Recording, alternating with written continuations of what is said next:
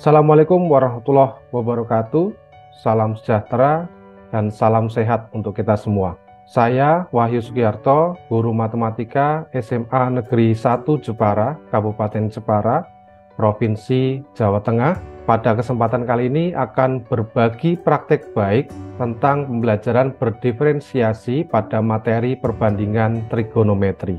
Beberapa hal yang mendasari saya melakukan praktek baik ini. Yang pertama adalah materi perbandingan trigonometri merupakan salah satu materi penting dalam mata pelajaran matematika. Materi ini masih dianggap susah bagi sebagian murid. Sebagian murid pasif dalam mengikuti pembelajaran dan oleh karena itu perlu metode penyampaian yang tepat yang bisa mengaktifkan murid dan pembelajaran menjadi terasa lebih menyenangkan. Tantangan yang saya hadapi ketika melakukan praktek baik ini adalah saya harus menyajikan pembelajaran yang dapat memenuhi kebutuhan belajar murid.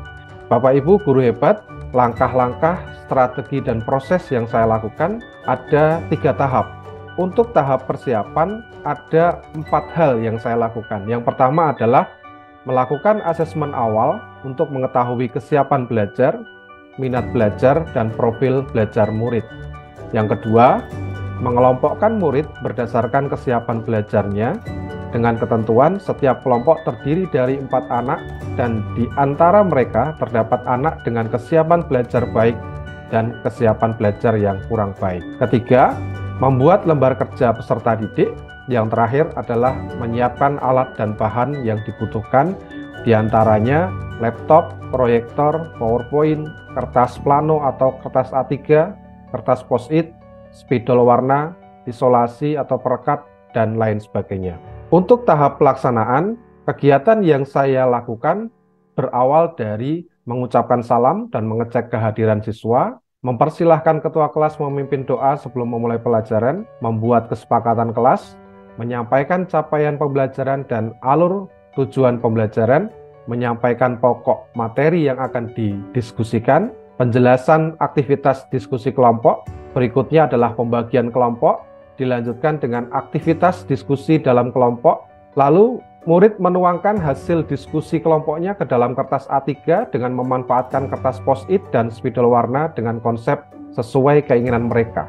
Berikutnya adalah hasil diskusi, setelah selesai ditempel di depan kelas, dilanjutkan dengan presentasi dan kelompok yang lain menanggapi. Terakhir dalam sesi pelaksanaan adalah murid bersama guru membuat kesimpulan bersama tentang hal-hal terkait materi perbandingan trigonometri.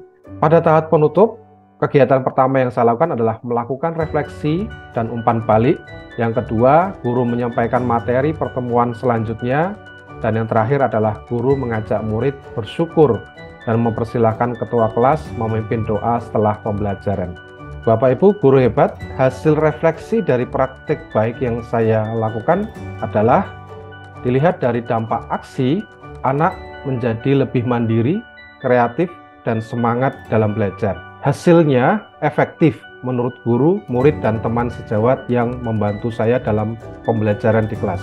Respon kepala sekolah dan teman sejawat juga menunjukkan dukungan praktik baik yang sudah dilakukan. Faktor keberhasilan pembelajaran terasa lebih menyenangkan. Pembelajaran yang dapat diambil dari praktek baik ini yang pertama adalah sebelum melakukan pembelajaran dilakukan asesmen awal untuk mengetahui kebutuhan belajar murid. Yang kedua, mengelompokkan murid berdasarkan kesiapan belajar. Yang ketiga, murid mendapat kebebasan berekspresi dalam menuangkan hasil diskusi kelompok.